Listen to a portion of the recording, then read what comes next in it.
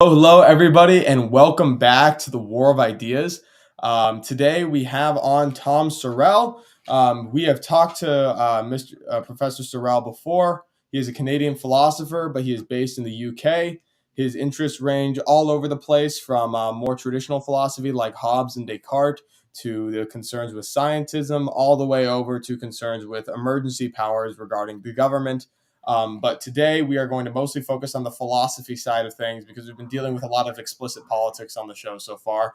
And, this is something that I think everybody could benefit from learning a bit more about. So, Tom, thank you so much for coming on the show. How you doing? I'm fine, thanks.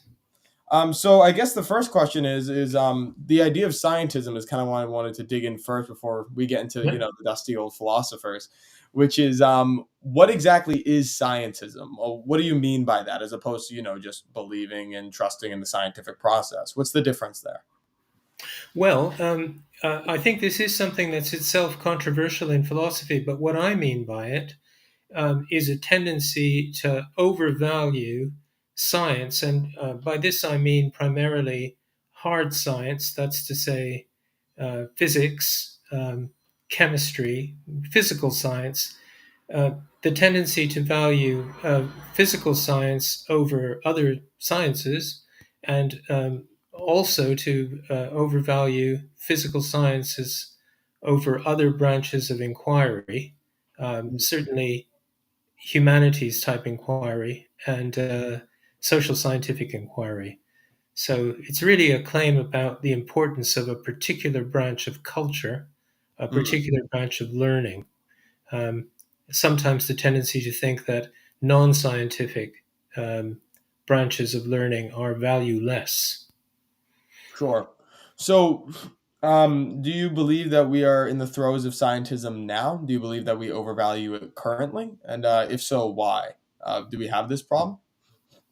Well, when I wrote the book on scientism, which is now a long time ago, but when I wrote the book on scientism, I was primarily interested in scientism within philosophy. And Mm.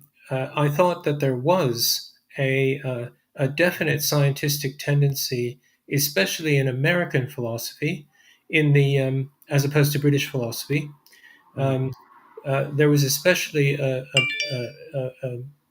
scientific tendency in the writings of people like the Churchlands, Patricia and her husband, and also, of course, in Quine, and in many people who were following what was then called naturalizing programs across the piece in philosophy.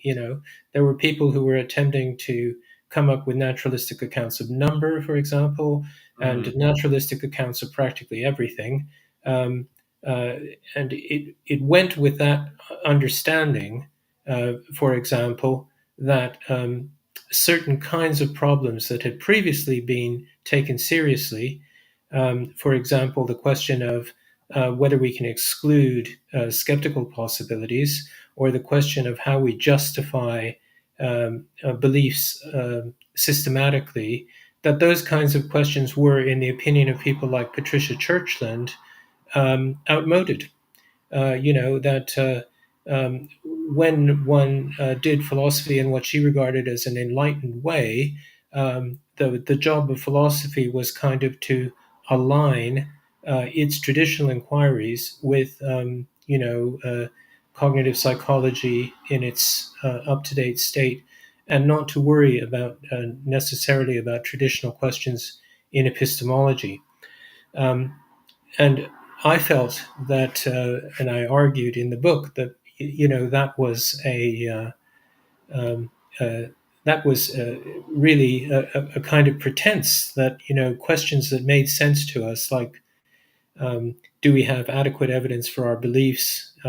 Do we ever have adequate evidence for our beliefs? Are there beliefs that are perfectly certain, and so on? That question can be made perfectly compelling to people, and you can't simply say, "Oh, well, we're not interested in the answer anymore." Especially if you've had a philosophical training. What counts as having a philosophical training is making sense of those questions, and seeing the point of those questions. So, having seen the point of those questions, one simply can't wish it away. Sure. And in particular, in Kant because she's had an orthodox philosophical training. So there's a couple questions here, but I think we're going to go backwards before we go forwards. So you say that American philosophy, at the time you wrote the book, and I assume it's still true now, has this tendency in particular. My question would be, where did scientism come from, do you think? And why is it especially prevalent with the Americans when it maybe might not be so much with the Brits? Well, I think it has a history that predates the American form of scientism. That comes from logical positivism. So there was there was a tendency, especially in Vienna, close to the turn of the 20th century. Um, there was a group of philosophers there who were trying to impose a doctrine of significance that tied significance, that is, sense making, to empirical experience. And it was a consequence of that way of thinking about meaning or significance that certain questions, including metaphysical questions, didn't make sense, and that a lot of philosophy was strictly nonsense. Um, Mm, there's a kind of a glimmer of that, but not uh, mostly a misunderstood glimmer of that in the Tractatus, in Wittgenstein's Tractatus. But the logical positivists, I think, were much more empiricist than the Wittgenstein of the Tractatus was, and it was a kind of empiricism that led to the idea that a lot of metaphysical propositions and propositions discussed in philosophy didn't make sense, and therefore that philosophy wasn't a respectable discipline. But of course, the test of significance proposed would have been passed by physics and other sciences. I think even for the logical positivists, the status of mathematics and logic wasn't entirely clear because that's those sentences don't get their meaning and truth conditions from the empirical world. Um, right. so even then, even in the logical positivist formulation, uh, I think there were exceptions made for mathematics. Um, just to go to the American phase of it, I do think that the American phase of it um, is connected through the logical positivists by people like Carnap, who taught Quine. So there is a kind of legacy, logical positivist legacy from the immigration of people from Europe to America to do philosophy. But I think Quine himself was one of the most, uh, shall we say, enthusiastic deniers of the need for first philosophy. And then the Churchlands um, came in, and other people who were influenced by evolutionary theory. The Churchlands were interested in brain science, and they thought, well, let's not worry about epistemology anymore. Let's just do psychology or cognitive psychology. And other people, I think misreading Dawkins, for instance, the Selfish Gene book, thought that altruism and other kinds of ethical phenomena could be constructed from egoism or the selfish gene. Not even egoism at the level of people, but egoism at the level of genes. Yeah. Um, uh, so I think those are the tendencies that were taken particularly seriously in America, and there are other people in Britain now too who, partly because scientism is so criticized, have come out in favor of it. They aren't sort of constructive Quinians. They're people who say, rather in a contrarian way, you think scientism is bad? I think it's the whole point of philosophy, or something like that. Um, yes, there are some people of this ilk at the University of Bristol, for example, um, who are very, pro scientism in a kind of contrarian way. Mm. So And I'm not anti-science in the book. I'm very right, pro-science, but anti-scientism. right, but okay. So There's a million things there. I'd like to talk about what you mean by egoism and in terms of Dawkins, right? When you said people misread Dawkins, they believe that you can use science, you can use the evolutionary process of, gene selection and somehow spin up a type of moral philosophy out of that, if I'm understanding Yeah. you correctly. Why is that wrong, do you think? Or, yeah, or why do you think that's a misread of Dawkins, which is what you actually said? But also, do you think it's right? Well, I think that there's a lot more to moral phenomena than the kinds of things that are talked about in evolutionary theory.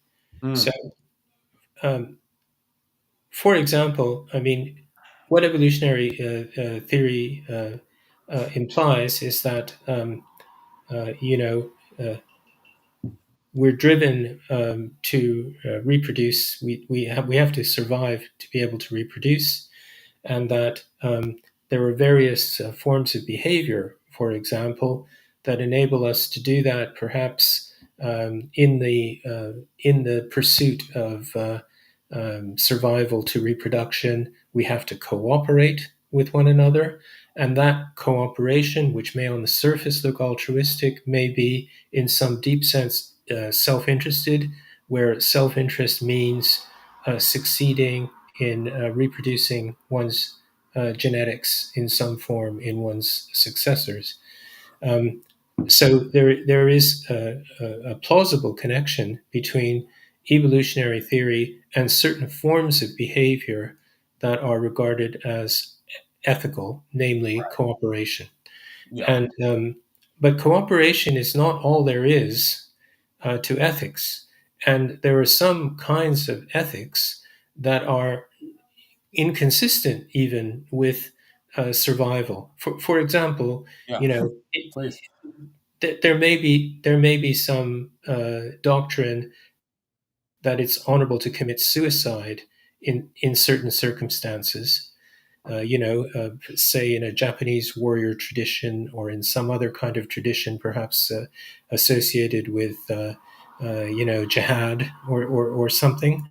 Hmm. There might be some heavily moralized notion of um, uh, suicide, and that kind of notion is very difficult to incorporate in an evolution theory based ethics. But more generally, uh, one is one's often asking in moral philosophy about the justification of norms. Uh, what makes it reasonable to fulfill obligations, what obligations one has, and so on. Those questions are not questions that even begin to be understood by evolutionary theory. They're meta-ethical questions, some of them. Um, so those are ways in which evolutionary theory leaves a lot of what is regarded as moral content out. Sure. Yeah. I know that one of the examples that I think of is a soldier who has no children yet, but jumps on a grenade for his platoon. Yeah. That's like I like the seppuku example, but for people in the West, like that's a example of something that evolutionary moral theory would not be able to explain. Um, I think there's also the other problem, and that's what you touched on the end there, which is that I'm not super convinced that just because you can explain certain behaviors that we describe moral, and you can explain, oh, well, that's because it's evolutionary advantageous. I'm not really sure that that's what morality is. I mean, you can explain to me why this behavior is evolutionarily useful, but that doesn't evolutionary usefulness isn't the same thing as moral goodness. Is there No. people who try to cross that divide and give an explanation for that? Because that's always a problem I've never heard answered. Yeah, but I mean, I think that the way that it goes from the point of view of people who favor an evolutionary approach to ethics, I think the idea is they take the pre-theoretical idea. This is before one does philosophy, that some kinds of cooperation look altruistic, or they may even be looking at certain kinds of animal behavior that look self-sacrificing, for instance, and they might say, well. Um, uh, there are instances that are discussed lately, for example, about certain kinds of whales saving seals from other whales who seem to be preying on them, and so on. Um, there's a lot of observational evidence of something like that, and so um, is this genuine altruism, or is it, is there some complex advantage, reproductive advantage, or some other kind of recognized evolutionary advantage to this kind of behavior? And this is where Dawkins comes in. I think Dawkins has come up with this idea that there might be, below the surface of apparently cooperative behavior or apparently self-sacrificing behavior, some fairly recondite advantage um, that might be gained by this sort of behavior from the point of view of reproduction. Um, so I think they say, let's take this pre-theoretically understood kind of ethical behavior, namely cooperation, and see whether we can tell an evolutionary story about it that's only contains the selfish gene and other things related to it. And to the extent they succeed in that, they say that they've got a naturalistic reduction of ethics. And I'm saying there's a lot left out when you do that, but even the reduction is open to doubt. Sure. There's a couple of things there. So what do you think is left out? That's number one. What do you think is left out when you do that? When you reduce it? Well, I just gave examples, like the suicide Okay. phenomena Yeah. Yeah. might be left out, and also the justificatory phenomenon. So um, there's a lot of ethical behavior where whether something is ethical depends on the reasons why it's done, and the Mhm. justifiability of the norms that one's Mhm. either complying with or violating. And a lot of the story that gets told there is a kind of familiar justificatory story that is typical of philosophy in other domains. Sure. Yeah. Yeah. There's another problem that seems to crop up, and I'm curious how people who subscribe to an evolutionary theory of morality deal with this. Which is that I can think of a lot of evolutionarily advantageous behavior that is not what we would consider moral in a pre-theoretical type Oh of way. yeah. So, how do they deal with that? Do they say that actually it's not evolutionarily advantageous? These types of behavior, like, Well, I don't think the claim is that evolution and morality are coextensive. They just say if there's behavior that appears to be moral, that can be explained using the apparatus of evolutionary theory, I see, but so can immoral behavior. I see, If you see what I mean. yeah, If I see. Yeah. So I feel like this is actually a nice segue into Hobbes a little bit. Okay. For those of you who don't know who Hobbes is, prepare to learn.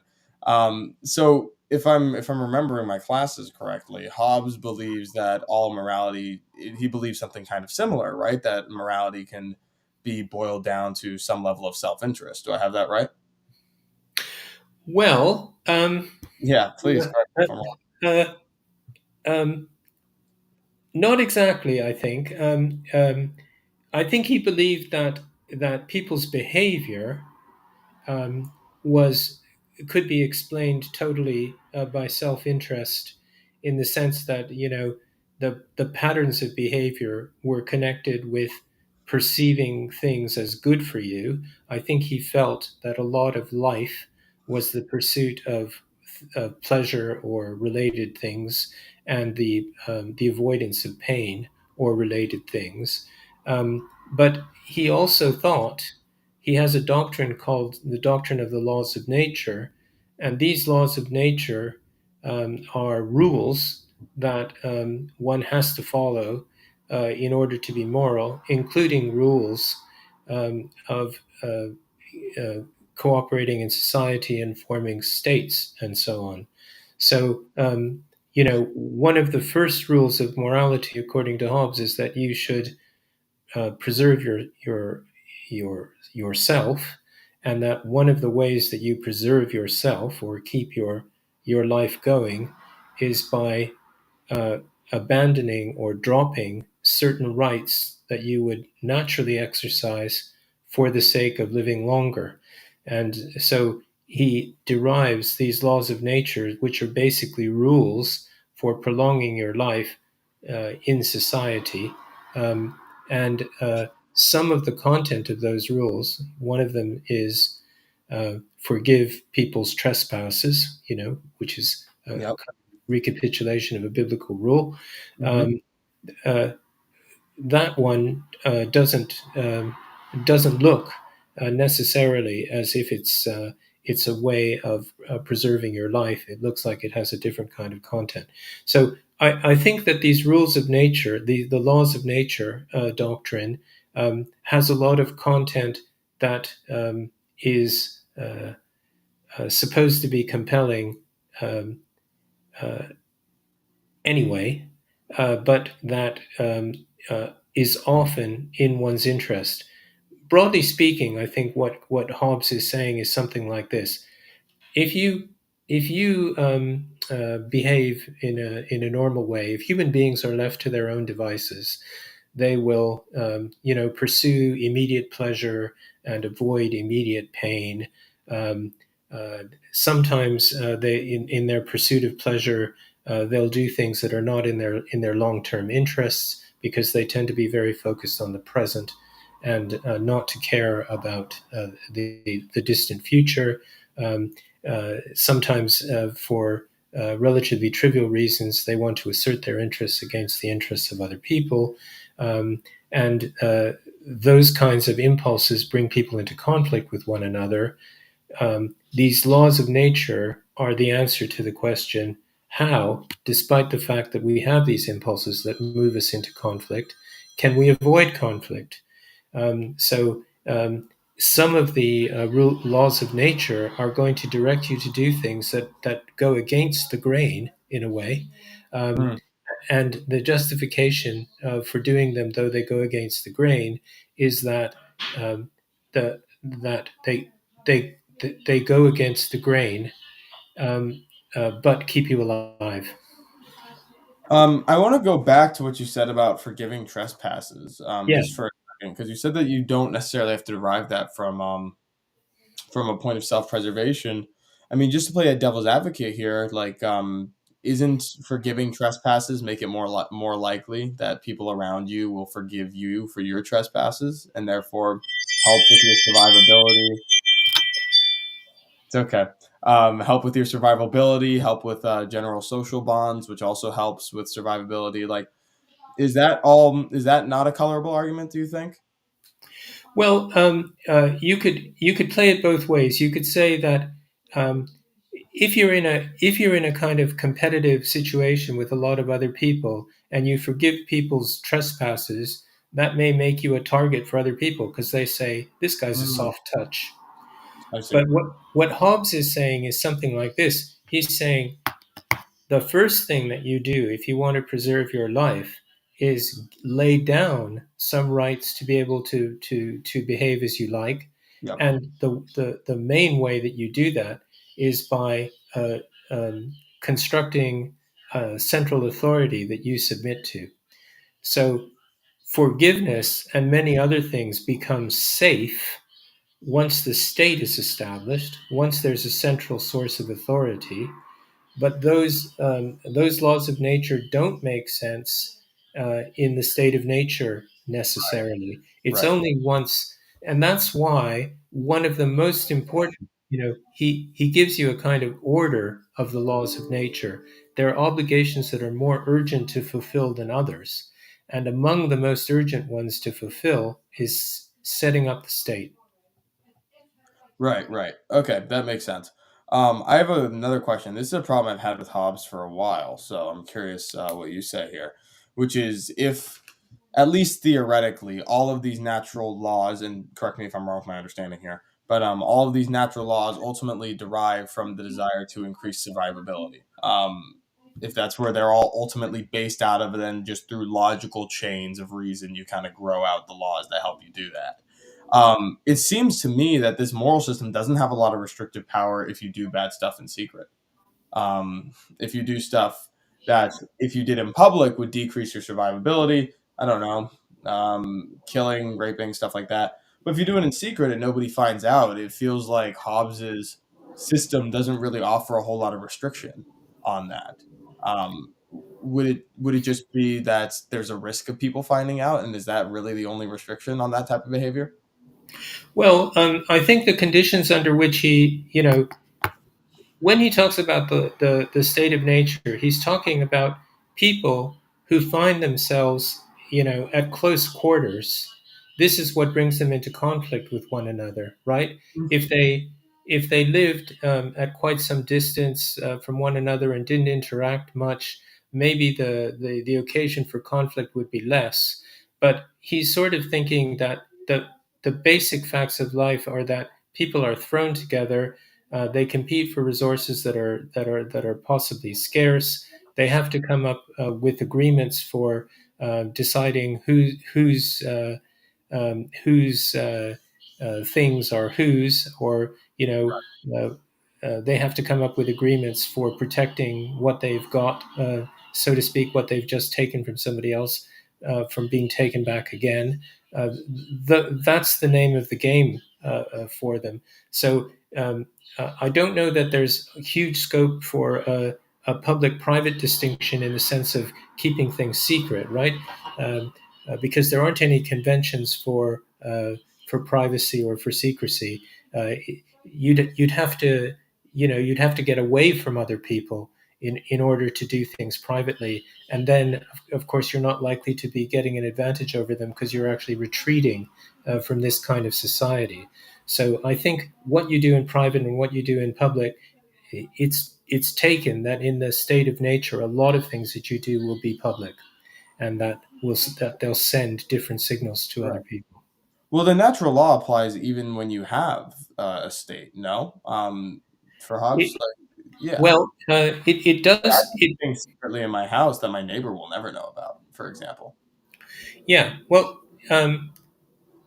basically, the when you set up the state, following some of the primary laws of nature, when you lay down your rights to do what you like and to pursue your prosperity in any way you like, when you do that by saying that you'll follow uh, the uh, the commands or the laws of a sovereign, then following the laws of nature boils down to obedience to the sovereign. Hmm. So, there isn't supposed to be um, a kind of second guessing of what the sovereign interprets as the right thing to do. It's not as if the law of nature is a sort of independent uh, source of action for you. Um, when you submit to the sovereign, you agree to follow his commands and do nothing that violates any of his commands. So Except that yeah. except for if the sovereign asks you to do something that hurts your own survivability, right? That's the exception. Yes. Yeah, Yes. but If that's you the authority where the sovereign derives their power from. So if they. That's right. That's right. The only limit is that if your life is in danger, and it's not just if it's in danger, but if it's in imminent danger, then all bets are off. Then the obedience to the sovereign is unnecessary. That's right. That's the way the theory works. But it's very difficult to uh, to know in a Hobbesian state whether your life really is in danger. If you see what I mean, he gives the example of being conscripted into an army, and Mhm. you do have the right to replace yourself in an army with somebody else. You can pay somebody else to take your place. That's okay. He says that if you're starving, you can steal without doing anything morally wrong. There are cases like that where if your life is in danger, you don't have to follow the rules. But these are very limited escape clauses. Um, it's as if a total chaos has to have unfolded before you get to that point. Um, so there isn't a huge space for you to say, "Oh, the law of nature says this, the sovereign says that. Which will I do?" No, the laws of nature tell you do what the sovereign tells you to do. And only if the overwhelming law of nature of self-preservation, that's the and only conflicts with that particular law. um yeah, Yeah, that that's the only escape clause. Yeah. yeah, that tracks for me. Unfortunately, I realized we segued to Hobbes a little bit earlier, a little too early. I wanted to talk a little bit more about scientism, so we're going to hop back there, and then maybe we'll hop over Yeah, to hop back. Yeah, so we went backwards on scientism. We talked about it's a lovely ringtone. To be fair, I do like the wind Yeah, chime. yeah. I'm gonna take my I'm gonna turn my phone off Okay, if I can. no worries. It's okay. We're all Yeah. very busy. I understand. Okay. Yeah, so we went backwards first, and we talked about where scientism came from and why the Americans like it. We talked a little bit about Dawkins. But I want to go forward a little bit and say, since that book has been written, what do you think the development of scientism has been? Do you think it's increased or do you think it's decreased? And well, let's start there. I have another question, but let's start there. Is how's it developed since you wrote the book? Well, I think that as far as I'm able to see, I think that there are more people who are willing to discuss scientism sympathetically, um, to proclaim that they are scientistic and what's wrong with that. Mm, Um, there are more people of that kind now than there used to be. But what's in question when they say things like that is usually, well, what's wrong with saying that physics is a super respectable and super, admirable type of learning? And what's wrong with saying that, physics is hugely superior to economics? Uh, that kind of thing. I right. have no worry with that kind of claim. Um, I'm more worried with the kind of claim, as I was saying before, where certain questions that always seem legitimate and um, sensible to people with a philosophical training are simply ruled out as outmoded, so that nobody should work on them anymore. Um, as when Quine used to say that if you naturalize epistemology, there's no room for first philosophy. That's saying that Descartes' understanding of metaphysics as it's done in the Meditations is just out. Um, it's that kind of thing where you deny that questions that appear to make sense really do. That I think is completely illicit. So if you simply say, right, from this day forward, epistemology is just psychology, I want to say no, because there are many justificatory questions in epistemology that are not even addressed by psychology. Like what? Well, Sorry. I mean, one of the things that's not addressed is the thesis that we might be wrong systematically, say that we might be brains in vats, or Oh that yeah. that there might be a matrix or something of this sort. These are hypotheses that are intelligible, and they're hypotheses that philosophy invites us to rule out. um, you know, if we can't rule them out, there's a sense in which reality is very very different from what we think it is, and therefore a lot of our theories are false. And we don't think that a lot of our theories are false. We don't think that our methods of testing theories against evidence are false. So there's an issue there that philosophy has traditionally addressed, and that psychology, to my knowledge, doesn't address. Um, Kind of off topic, but what do you think about the matrix theory? Do you think there's a reasonable shot we're all brains and vats? No, No, I don't. no, I no. don't. But that's also a familiar move in epistemology. The point is, if you don't think that we're all brains and vats, you have to come up with arguments about what is wrong with the brain in the vat hypothesis. And some people say, well, a brain in the vat hypothesis is not compatible with a decent theory of how our language could have the meanings it does. How the word vat could mean vat, and how brain could mean brain, and all of that sort of stuff. Um, those kinds of arguments have been made in the past, that that these radical skeptical hypotheses are at variance with a decent theory of how we could acquire certain concepts, and that's a sort of transcendental argument against these possibilities.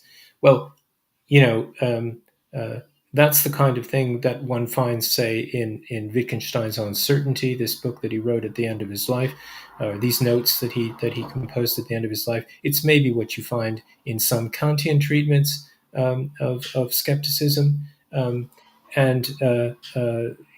that's the sort of thing that I want to say is perfectly respectable. And I Sure. don't want to see, you can't just exclude that as being outmoded. Mm. Yeah, for sure. So the second part of this question that I wanted to ask you is, there's been lots of allegations that we've become too scientific, not just in like the philosophical sense that we've been talking about, but in terms of overvaluing it in terms of public policy and stuff like that, Yeah, where we yeah, view scientific data as true, but also there's been allegations that we overvalue it over other concerns like liberty or education or something like that. So I'm curious, do you think that this is the manifestation of the type of scientism that you're talking about, or do you think it's kind of a different phenomena? And I'm kind of curious for your take on it, just overall. Well, one of the things that I've been stressing all the way through about scientism is that lots of different things are meant by it. Right. And what I mean by it is just this tendency to overvalue science as a branch of culture, and to say that other things are either worthless or radically defective by comparison to science, and they have no value. That's a strong scientific tendency that we found in certain kinds of philosophy. But I think we're living in a time now politically, yes, when especially during COVID, when there are a lot of challenges to expert scientific understanding from people with political power, and the fact that some of those challenges work is actually evidence of the opposite of scientism. Mm, It's more like um, it's evidence of a kind of anti scientific tendency that's very powerful, and that's connected with distrust of experts, and that's connected with conspiracy theories, and so on. I would say that far from scientism being the principal problem, it's the distrust of science that's a very big problem in in the kind of climate that we're in now. I mean, outside of philosophy. Um, so in this kind of climate, I'm sure I would join forces with the super scientistic, and say, yeah, science is really great, and people who think that they know better than science are are not really great. Well, I To certainly agree that people who claim to know the science better than the scientists are almost always wrong. The thing I was trying to get at is less the politicians who tell the scientists they're wrong, but the politicians who say, hey, there's actually more to worry about here than just the science. There are Yeah, other values in a society other yeah, than the ones that your data pertains to. yeah, And I know for that type of idea was not taken particularly seriously by the authorities, at least in the moment. I don't think, at least not in my perception. But I'm curious. I'm open to correction on this. That was the kind of angle I was going at, as the balancing of of science, if science could even have its own values, which I'm not even sure it can, versus other values that would come up in a society. yeah. I'm curious for your thoughts on that. Well, I don't think at the moment that we have a situation where values other than scientific ones are particularly repressed. I think that there are many anti-scientific and non-scientific values that are given a look in and sometimes considered as more important than scientific values. I mean, um, there are certain areas of life now where where the question of what's true and what isn't true is highly disputed in practical ways. Where there are huge disagreements about what the facts are in many, many different areas.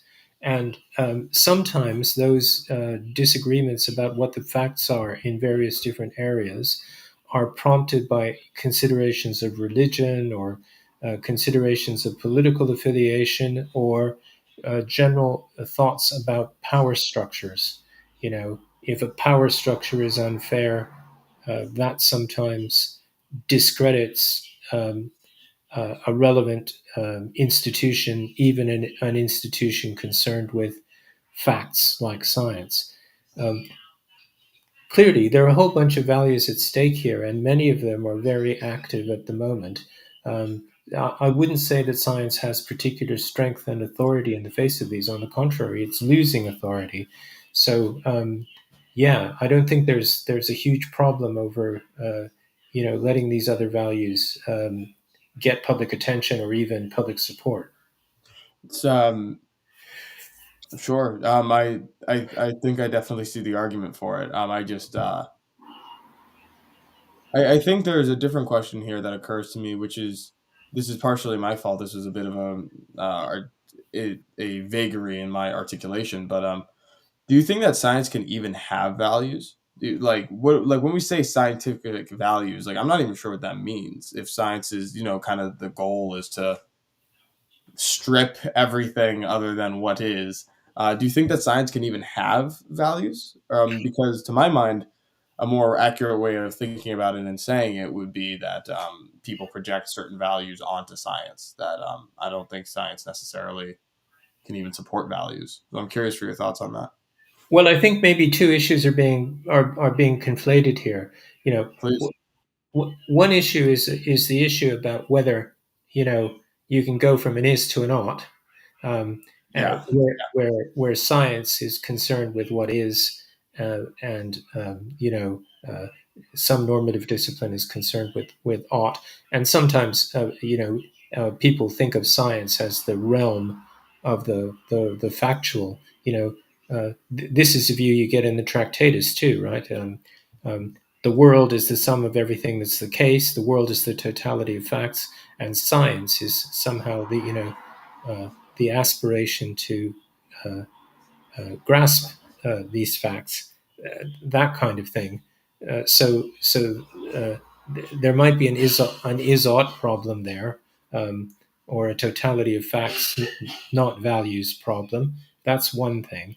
But when I talk about values associated with science, I mean, um, uh, whether things are asserted on the basis of evidence. I mean, Okay. peer review criticism. I mean, um, where it's part of a scientific paper to say what the limitations of a claim are and what further research needs to be done and what would have to be done to test something that's being claimed. All of these I elements of method, I think, are part of the value structure of science. And sure. when people are guilty of scientific fraud, for example, those values are brought to the fore. Right. Okay. That's very helpful for clarification, and I think that you actually helped me clarify a better question, which is the concern that I've heard from the other people who I talk to, is the idea that science is an is, but during COVID-19, it got conflated with certain odds. So they're Mhm. like, all right, here's the death rate, here is this rate, here's this rate. Therefore, the science says we should have X policy. And I know that my concern is that you are conflating the science, which is the is, with an ought, which is what the policy is. And Yeah. the data itself does not suggest policy. The data has no bearing on policy, at least not the data by itself. So I think that type of conflation, that projection of the ought into the is to try to give it more authority, I think that's something that has concerned people. and is probably part of the reason for some of the anti-scientific sentiments that we see. I think that's the wrong reaction, but I'm just saying I think that might be a little bit of where it comes from. I'm Yeah, curious where you if you think I'm right or if I'm off base there. What do you think? I think that there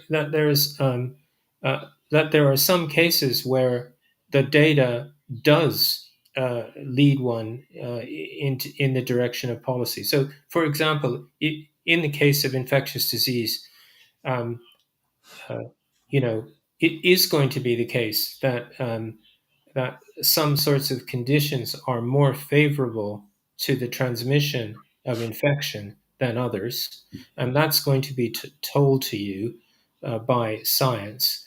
And so there's a question whether that implies, that you should reduce those conditions or avoid those conditions. That's the policy question. Um, Yeah, it uh, depends, right? It depends on the consequences of allowing transmission versus yes, the consequences of on any other value that yes, yes, that's it's true. an But odd question. yeah, but I mean, what I'm saying is, if you look at medicine or public health or something like that, there are going to be there are going to be certain conditions that are in the nature of things, almost by definition, going to be looked at as undesirable. So if you have tumor growth, that's going to suggest a plan of action, and an urgent plan of action that is desirable for reasons given by that branch of medicine. And similarly, in public health, there are going to be certain conditions which we know increase infection and so the risk of death if the infectious disease is like COVID. Um, so I'm saying the gap between what the science says and what the appropriate policy would be is fairly narrow because of the way these sciences are set up, what goals they have, mainly to prevent death. Um, Yeah, so I agree that in many cases the gap is yeah, narrow. I think that my concern is just I I am very concerned that the policies or the values that scientific institutions might recommend, they're important and they have authority, but I wouldn't want those recommendations to be spoken with the same level of authority that is used when you're speaking about like just the statistics and just the data. Because one, I feel like is just word of God. This is what the reality on the ground is, and the other one is this is what we think that we should do about it based on these implicit values that are somewhat non-controversial, but there's a narrow distinction, but we should make sure that there's an actual distinction there. That would be my yeah, yeah. Well, okay. I mean, I think if there's an easy route from what the science says to what the policy might be, that's fine right. with me. It doesn't have to be a logical connection. Uh, Sure. strict. So last question for you today, before I let you go, and this is one that's been brewing for a while, I think. And the question is that we've been talking about how there's more to philosophy than just science. And I'm curious, do you believe that there are truths or parts of reality that are real, but that aren't scientifically demonstrable or that aren't material? Do you think that that's the case? Do you think reality is set up in that way? Well, I mean, I think there are difficulties. What I'll tell you is, I think that ethics doesn't reduce to natural science. I think mathematics doesn't reduce to natural science. On the contrary, you know, it natural science is dependent on mathematics. It doesn't reduce to it, but Hmm. it's so. If you ask about the status of mathematics, which I think is extremely important to do, um, uh, I don't know what's wrong myself with Platonist theories of mathematics, except for some people's naturalistic proclivities. They would like to be telling a story about numbers that doesn't make them otherworldly. I myself think that whether you make it otherworldly or not depends on, how you got there. If there are some questions, or some aspects of mathematics that make you posit unchanging things that exist in a Platonic heaven, those questions, if they're good questions, will justify the postulation of these abstract entities. Mm. Um, and in the philosophy of mathematics, you have a number of these questions suggested, which lead to some kinds of Platonism. But then Platonism will look disreputable to people, not because of something to do with mathematics, but because of a general Quinian program, for example, Right. or something of that sort. That's the way things work. You know, let's take ethics again.